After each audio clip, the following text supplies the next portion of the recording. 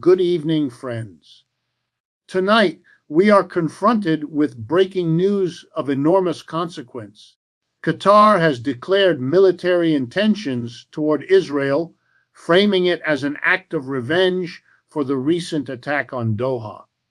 At the same time, reports confirm that Iran has launched a powerful strike on Jerusalem, plunging Israel into what many analysts are calling the most severe crisis in decades. These are not isolated events, they are interconnected symptoms of a much deeper political and economic struggle in the Middle East, one that the United States, Europe, and indeed the global system cannot ignore. When a prime minister stands before the world and declares revenge, this is not only political rhetoric, it is a signal that cycles of violence are escalating. Qatar's decision to consider military action against Israel marks a dramatic shift, for Doha has historically positioned itself as a mediator in regional disputes. What could drive such a state to abandon diplomacy in favor of open conflict? The answer lies in the political humiliation, the economic wounds, and the public anger that followed the attack on Doha. Leaders under such pressure must demonstrate strength, and in today's fractured Middle East, strength is almost always expressed in military terms. Iran's strike on Jerusalem, meanwhile, sends a chilling message Israel is no longer facing just sporadic resistance from non-state actors, but coordinated power from sovereign states determined to alter the balance of power. For Israel, this represents a nightmare scenario. Its military doctrine, heavily dependent on deterrence, is crumbling under simultaneous threats from multiple directions. And let us not forget, behind every bomb, every missile, there are global interests at play: oil markets, arms industries, and geopolitical rivalries that stretch far beyond the region. Here's the uncomfortable truth: the United States has long been entangled in these conflicts, financing, arming, and diplomatically shielding Israel. But what happens when Israel is not simply under pressure from Gaza or Lebanon, but facing an alliance of Gulf states, with Iran acting as both shield and sword? Washington is now caught in a dilemma: intervene more deeply and risk a regional war, or hesitate and risk losing credibility with its most strategic ally. And hovering over all this is the global economy, already strained by inflation, energy shortages, and instability. A war that disrupts Middle Eastern oil flows would send shockwaves from Wall Street to Beijing, from Paris to Karachi. Friends, history teaches us that empires overreach when they assume control without accountability. What we are witnessing is the unraveling of decades of US foreign policy choices, supporting authoritarian regimes when convenient, arming conflicts under the guise of peace, and ignoring the economic desperation of ordinary people in the region. This is not just about rockets and tanks. It is about the collapse of credibility and the exposure of contradictions within the global capitalist system. Qatar's declaration of military retaliation against Israel is not just another headline in the long cycle of Middle Eastern conflict. It represents a profound rupture in the region's political order. For decades, Doha carefully cultivated an image of balance, maintaining relations with the United States, mediating between warring sides, and leveraging its economic power through energy exports and global investment. It positioned itself as a small state with outsized influence, one that could talk to everyone from Washington to Tehran, from Hamas to the European Union, yet with one speech, with one word: revenge. The Prime Minister of Qatar signaled that the era of quiet diplomacy may be giving way to open confrontation. That change is both shocking and deeply significant. Why does this matter? Because small states like Qatar rarely risk open war unless the stakes are existential. The attack on Doha was not merely a physical strike, it was a strike at Qatar's prestige, its sovereignty, and its role in the regional hierarchy. In the Middle East, honor and reputation are not abstract. They are currencies of survival. A leadership perceived as weak, unable to defend its people or territory, risks political collapse at home and marginalization abroad. The declaration of revenge is, therefore, not only a military threat, but also a political necessity, a performance of strength designed to reassure Qatar's citizens and signal to its allies and rivals alike that it will not be humiliated. This shift transforms Qatar's posture in ways that reverberate far beyond its borders. Until now, Doha acted as a kind of bridge. It hosted U.S. military bases while simultaneously engaging with groups Washington labeled as adversaries. It served as a diplomatic channel when others could not speak. Now, however, Qatar risks burning that bridge. By threatening direct military action against Israel, it places itself squarely in the camp of confrontation, aligning more closely with Iran and Arab states that have long demanded retribution against Tel Aviv. This alignment has immediate consequences. It redraws the map of alliances, intensifies polarization, and sets the stage for a conflict not contained within the usual proxy battles, but fought openly between states. Consider the ripple effects. Israel, long accustomed to battling non-state actors like Hamas or Hezbollah, now faces the prospect of engaging militarily with a sovereign Gulf state. This is an entirely different scale of conflict.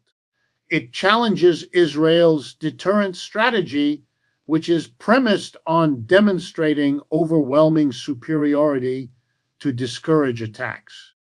If Qatar follows through on its threats, and if others rally behind it, Israel will find itself stretched across multiple fronts. That alone is enough to shift the calculations in Washington, London, and Brussels, where policymakers must now ask, can Israel be defended without plunging the entire region into war? And there is another layer here, one that hooks directly into global economics. Qatar is not just any state, it is one of the world's largest exporters of liquefied natural gas. Its energy supplies are critical to Europe, particularly at a time when the continent struggles to diversify away from Russian gas. Should Qatar become embroiled in open warfare with Israel, its ability to guarantee stable exports could be compromised. Markets know this, investors know this, and the mere hint of instability in Doha is enough to send energy prices upward. Thus, a declaration of revenge in the Middle East quickly becomes a source of inflation, economic strain, and political instability far beyond the region. But perhaps the most dramatic hook is this: Qatar's move symbolizes the unraveling of the status quo. For years, U.S. strategy relied on Gulf monarchies remaining relatively stable, using wealth and diplomacy to diffuse crises rather than ignite them. The Doha attack, And Qatar's decision to respond militarily signals that even the wealthiest, most diplomatically skilled states can no longer contain the pressure. This is a warning sign of a broader shift, the possibility that Gulf states will abandon the veneer of neutrality and take up arms directly. If that happens, the regional balance of power will be rewritten in real time. So when we hear the word revenge from Doha, it is not a simple outburst of anger. It is a calculated declaration that Qatar refuses to play the role it once did, that the attack on its soil cannot be tolerated, and that the Middle East is entering a phase of confrontation with fewer intermediaries and far greater risks. The world must pay attention because this moment is not only about Qatar and Israel, it is about the collapse of a fragile equilibrium that has held, however imperfectly, for decades. The question now is whether this act of defiance sparks only a limited clash, or whether it lights the fuse of a regional firestorm with consequences none of the players can fully control. Iran's powerful strike on Jerusalem has introduced a new and dangerous dimension to the Middle East conflict, one that shakes the very foundation of Israel's long-standing doctrine of deterrence. For decades, Israel built its security strategy on the principle of overwhelming force, demonstrating to its adversaries that any attack would be met with disproportionate retaliation. This doctrine worked effectively against smaller militant groups and fragmented opposition movements, ensuring that the price of challenging Israel seemed too high. But when a state actor like Iran, backed with significant military resources, regional influence, and political will, launches a direct and powerful strike on Jerusalem, the entire equation changes. It is no longer a question of managing localized threats. It becomes a confrontation with a sovereign power willing to challenge Israel on its most sensitive ground. The strike itself carries symbolism that cannot be overstated. Jerusalem is not merely a city, it is the spiritual, political, and emotional heart of Israel. To target it directly is to challenge the legitimacy and security of the Israeli state at its core. That act alone sends shockwaves, not just through Israel's political leadership, but also through its population, which has long relied on the belief that their nation, backed by advanced defense systems and international alliances, could keep them safe. Iran's message is clear: Israel is not untouchable. And once that perception is broken, the psychological consequences may be as destabilizing as the physical damage. From a strategic perspective, Iran's strike exposes Israel to a multi-front crisis that its defense systems may not be fully prepared to manage. In the past, Israel could concentrate its military energy on Hamas in Gaza or Hezbollah in Lebanon, treating each battle as a contained episode. But now, Iran's direct involvement signals coordination among state and non-state actors, creating the possibility of simultaneous confrontations. Imagine the scenario: rockets from Gaza, precision strikes from Lebanon, drones from Yemen, and now missiles from Iran. For Israel, this represents not one war, but several overlapping conflicts, converging into a situation where its much vaunted Iron Dome and defense systems risk being overwhelmed. The hook here is undeniable: Israel's carefully cultivated image of invulnerability is cracking under the weight of coordinated pressure. The United States now finds itself trapped in a dilemma of its own making. Having positioned itself as Israel's primary backer for decades, Washington cannot ignore a direct Iranian strike without appearing weak. At the same time, a strong U.S.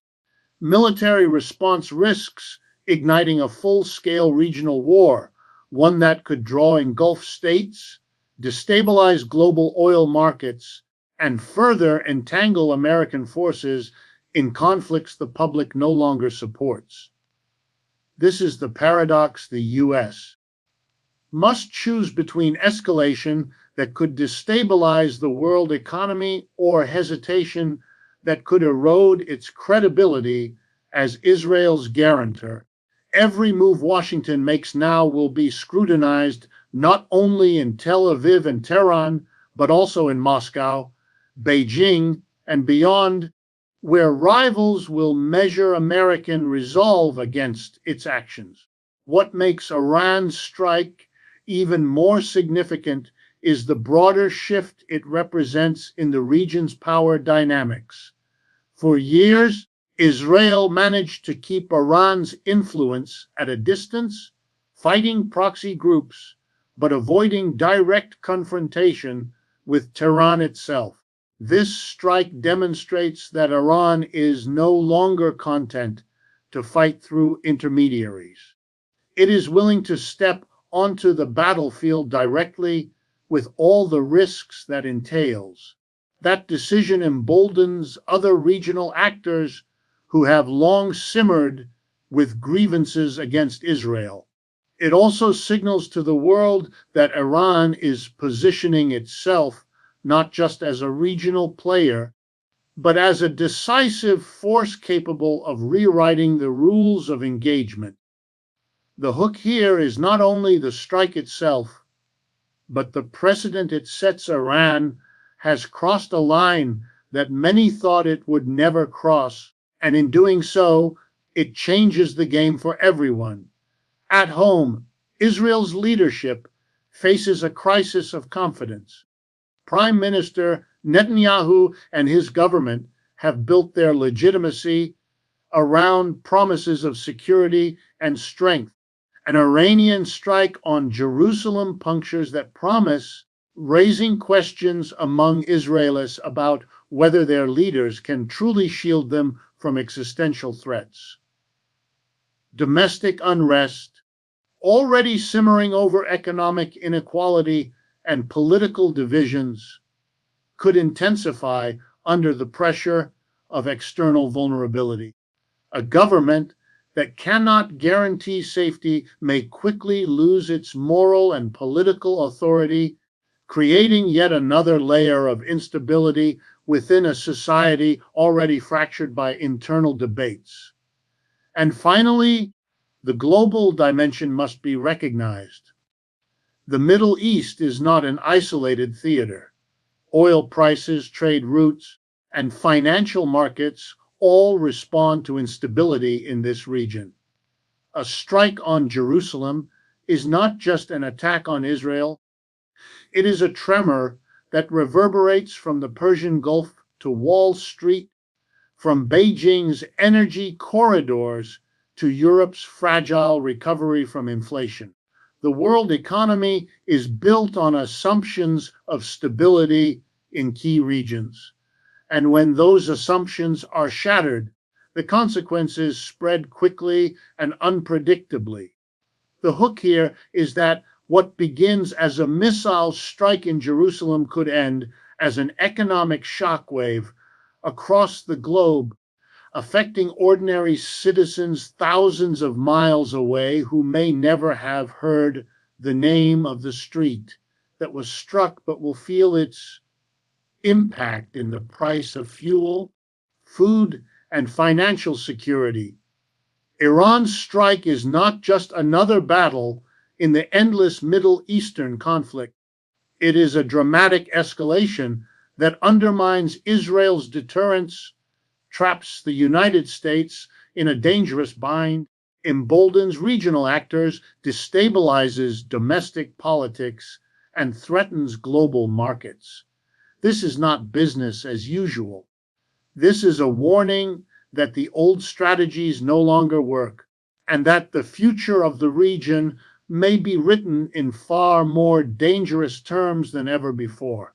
So, where does this leave us? Israel is in crisis, yes, but so too are the policies that enabled this crisis. The people of Qatar, of Iran, of Israel, and beyond are paying the price for power struggles they did not choose. If we continue down this path, we will see more escalation, more suffering, and more instability. But if we seize this moment to question the logic of endless militarization, to challenge the dominance of elites who profit from war, then perhaps some good can yet emerge from this tragedy. I leave you with this thought: crises expose the failures of the old order, and they open the door for something new. The question is, will we walk through that door, or will we allow ourselves to be dragged deeper into a darkness of our own making?